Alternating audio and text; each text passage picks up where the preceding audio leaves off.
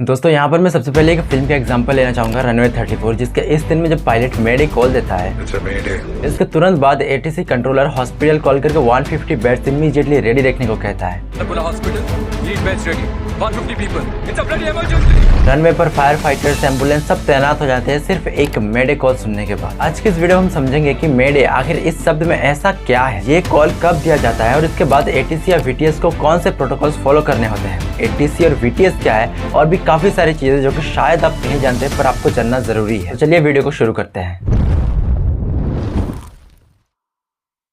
Chapter 1 what is मेडे। वैसे तो first मे को भी मेडे कहते हैं, लेकिन यहाँ पर हम जिस मेडे की बात कर रहे हैं वो एक डिस्ट्रेस कॉल है, जो कि इमरजेंसी आने पर प्लेन का पायलट या शिप का कैप्टन अपने नियर बाई एटीसी या वीटीएस को पहुंचाता है। और ये इमरजेंसी कोई मामूली इमरजेंसी नहीं होती है। जब प्लेन या शिप में बैठे लोगों की जान खतरे में आ जाए, प्लेन क्रैश करने वाला हो या फिर शिप पानी में डूबने वाला, यानी इतना बड़ा लेवल की इमरजेंसी आ जाए कि किसी के जान जाने का खतरा हो, तभी प्लेन का पायलट या शिप का कैप्टन ये कॉल देता है। अच्छा, एटीसी और वीटीएस क्या है ये हम आगे बात करेंगे। अभी के लिए बस आप इतना समझ लीजिए कि एटीसी प्लेन्स को कंट्रोल करता है और वीटीएस जहाजों। चैप्टर 2 व्हाई ओनली मेडे। अच्छा, एक सवाल आएगा कि ऐसे टाइम पर पायलट या कैप्टन हेल्प या इमरजेंसी भी तो कह सकता है, लेकिन सिर्फ मेडे ही क्यों कहता है? इसे समझने के लिए हमें जाना पड़ेगा साल 1923 में। साल 1923 में लंदन के क्रोइडन एयरपोर्ट में एक एयर ट्रैफिक कंट्रोल के रेडियो ऑफिसर थे जिनका नाम था फ्रेडरिक स्टैनली मॉकफोर्ड, जिनको एक काम दिया गया था कि एक ऐसे शब्द की खोज करे जिसे सुनने के बाद तुरंत समझ में आ जाए कि प्लेन बहुत ही बड़ी इमरजेंसी में है। क्योंकि पहले के टाइम में अलग अलग कंट्रीज जैसे कि चाइना, जापान और भी कई सारे देश थे जो कि अपने लोकल लैंग्वेज में ही बात करते थे और इंग्लिश लैंग्वेज मतलब ना के बराबर यूज होती थी। ऐसे में अगर किसी दूसरे देश का पायलट किसी और देश में जाए और वहां पर ऐसा कोई इमरजेंसी आ जाए, हो सकता है ग्राउंड स्टाफ उसकी इमरजेंसी कॉल को समझ ना सके। इसलिए एक ऐसा शब्द चाहिए था जिसको सुनने के बाद कोई सा भी लैंग्वेज का बंदा उसको ये समझ आ जाए कि प्लेन बहुत ही बड़े लेवल की इमरजेंसी में है, जिसमें लोगों के जान जाने का खतरा है। वो तो 2008 में जाकर ICAO यानी इंटरनेशनल सिविल एविएशन ऑर्गेनाइजेशन, जो कि एविएशन यानी हवा में चलने वाले व्हीकल्स के रूल्स एंड रेगुलेशंस को मैनेज करता है, इंटरनेशनली ये मैंडेटरी किया था कि एविएशन के सारे स्टाफ और पायलट्स को एटलीस्ट इंग्लिश लैंग्वेज आना चाहिए। चैप्टर 3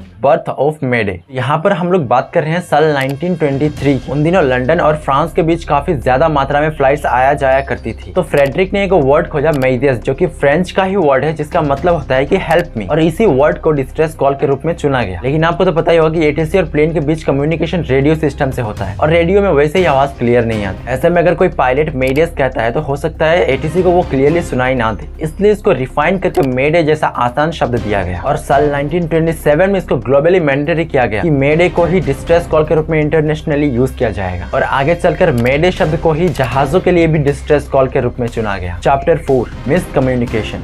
अब एक और सवाल आएगा कि अगर कोई पायलट गलती से मेडे कॉल दे दे तो क्या तब भी एटीसी सेम प्रोटोकॉल्स फॉलो करेंगे? तो इसका जवाब है नहीं। एटीसी हो या वीटीएस, ये मेडे कॉल को तभी मानेंगे जब मेडे को 3 बार कहा जाएगा, मेडे मेडे मेडे, जैसा कि इस सीन में आप देख सकते हो।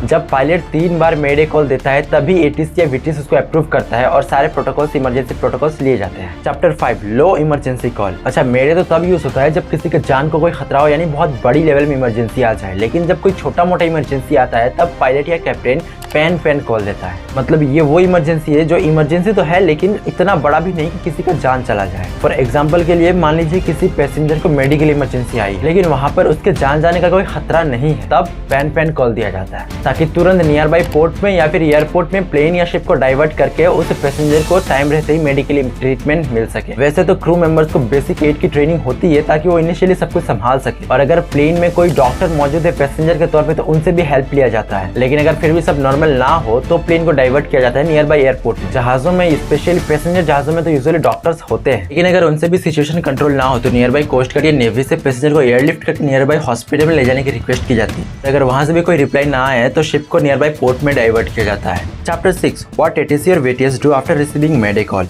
जब पायलट मेडे कॉल देता है तो उस पर्टिकुलर एयरपोर्ट में आने वाले सभी फ्लाइट्स को एटीसी अलग अलग जगह डाइवर्ट कर देता है ताकि वो पूरा एयरपोर्ट उस प्लेन को मिल सके और बाकी फ्लाइट्स को उस प्लेन से कोई खतरा ना हो। रनवे को तुरंत क्लियर करवाया जाता है और सभी मेडिकल इमरजेंसी की चीजें जैसे कि एम्बुलेंस, फायर फाइटर्स, इन सभी को तुरंत एक्टिवेट करवाया जाता है। अच्छा, प्लेन में इमरजेंसी सिर्फ लैंडिंग और टेक ऑफ के वक्त ही आती है, मतलब जब प्लेन हवा में होता है तो एक्सीडेंट के चांसेस बिल्कुल ना के बराबर होता है। लेकिन अगर फिर भी इमरजेंसी में पानी में लैंड करवाना पड़ा तो सारे पैसेंजर के सीट के नीचे लाइफ जैकेट्स रखे होते हैं ताकि ऐसा सिचुएशन में अगर किसी पैसेंजर को तैरना ना भी आता हो तो वो भी अपना जान बचा सके। और जहाज से जब वीटीएस को मेडी कॉल मिलता है तो वो तुरंत पहले उस जहाज का लोकेशन देखता है और उसके आसपास जितने भी जहाज है उन सभी को उसकी मदद के लिए जाने को कहता है। और ऐसे में कोई जहाज मना भी नहीं कर सकता, क्योंकि सोलस यानी सेफ्टी ऑफ लाइफ एट सी, जो कि समुद्र में चलने वाले व्हीकल्स के लिए रूल्स एंड रेगुलेशंस को मैनेज करता है, उसके रूल के मुताबिक ऐसी इमरजेंसी में कोई भी जहाज दूसरे जहाज जिसको इमरजेंसी हो उसके मदद के लिए पहुंचना जरूरी है। फिर नेवी और कोस्ट गार्ड से रेस्क्यू टीम्स भेजी जाती है और हर शिप में सफिशिएंट अमाउंट में लाइफ बोट्स होते हैं जो कि एटलीस्ट सारे पैसेंजर्स को जहाज से बाहर निकाल सके, और बाद में तो रेस्क्यू टीम उनको रेस्क्यू कर ही लेगी।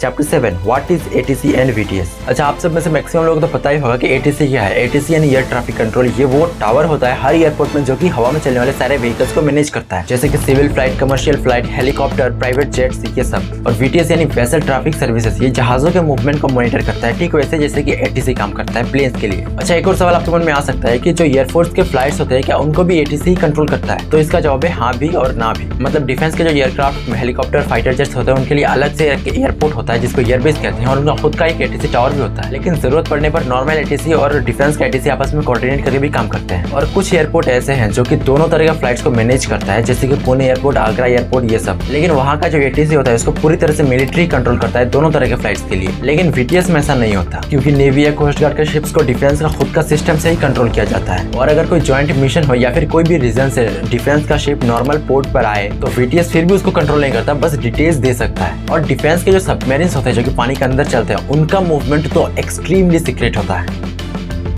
ऑलराइट, तो आज की इस वीडियो में बस इतना ही। अगर आपका कोई डाउट हो तब कमेंट करना, या फिर किसी और टॉपिक के बारे में जानना हो तो भी आप कमेंट करना। वरना नेक्स्ट वीडियो में हम जानेंगे जहाज और प्लेन की हिस्ट्री के बारे में, कैसे ये सब की शुरुआत हुई और कैसे ये सब इतना एडवांस लेवल पर आज पहुंचा है। तो मिलते हैं नेक्स्ट वीडियो में, तब तक के लिए take care and bye bye.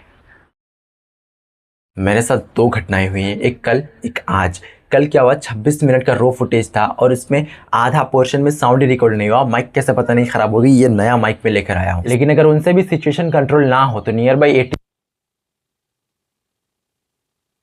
इसलिए आधा पोर्शन मुझे आज रिकॉर्ड करना पड़ा। और 19 मिनट का फुटेज मैंने रिकॉर्ड किया, लेकिन जब वो माइक का जैक लगाना होता है मैंने वो लगाया, लेकिन वो अच्छे से लगा ही नहीं था और साउंड रिकॉर्ड भी नहीं हुआ। यानी कल का 15-16 मिनट का फुटेज, आज का 19 मिनट का फुटेज कितना होता है आप कैलकुलेट कर लेना। इतना टाइम मेरा बोलना वेस्ट गया। उम्मीद है ये वाला जो मैंने रिकॉर्डिंग किया है इसका साउंड वाउंड सब रिकॉर्ड हुआ हो भाई। अगर इस बार नहीं हुआ होगा ना तो मैं जिंदगी में कभी वीडियो नहीं बनाऊंगा, कसम से बता रहा हूँ।